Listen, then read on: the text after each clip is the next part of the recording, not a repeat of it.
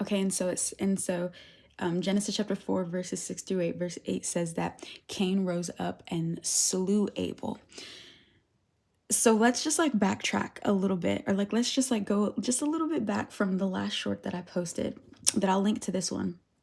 So we see here that that Cain is very wroth, is what KJV says, and he's wroth, and the Lord inquires of him, why are you wroth? And he's mad because the Lord did not respect his offering. But we know later in the book of Hebrews that it was by faith. It's because he didn't have faith like Abel. But listen to this, you guys. So this is the warning that God gives him.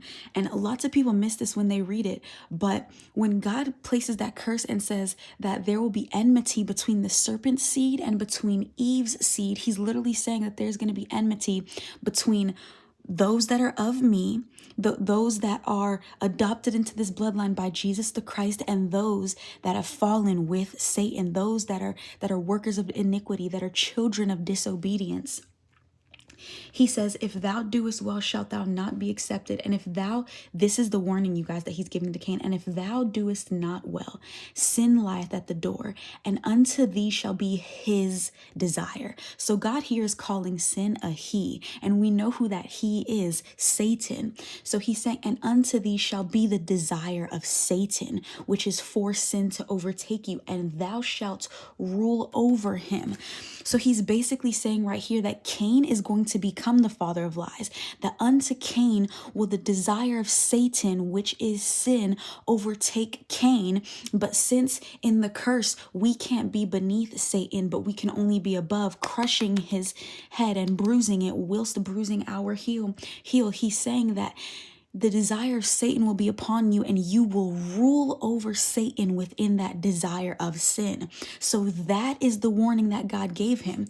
Then Cain does not heed the warning, but it was all a part of the Lord's plan. It had to happen this way. Then we see in verse 8 that Cain disregards and does not hearken unto the voice and the will of the Father, and kills Abel, who later then in verses 9 through 10, 11, 12, God says, where's your brother? And then Cain is like, am I my brother's keeper? Like, I don't know. He's lying. He becomes the father of lies. And so then God is like, what have you done? Your brother's blood is crying out to you from the grave. So now we see here this happening, and it's so crazy because in this time it was not done correctly. The blood of Abel was not supposed to cry out like injustice and negative things against the blood, against the seed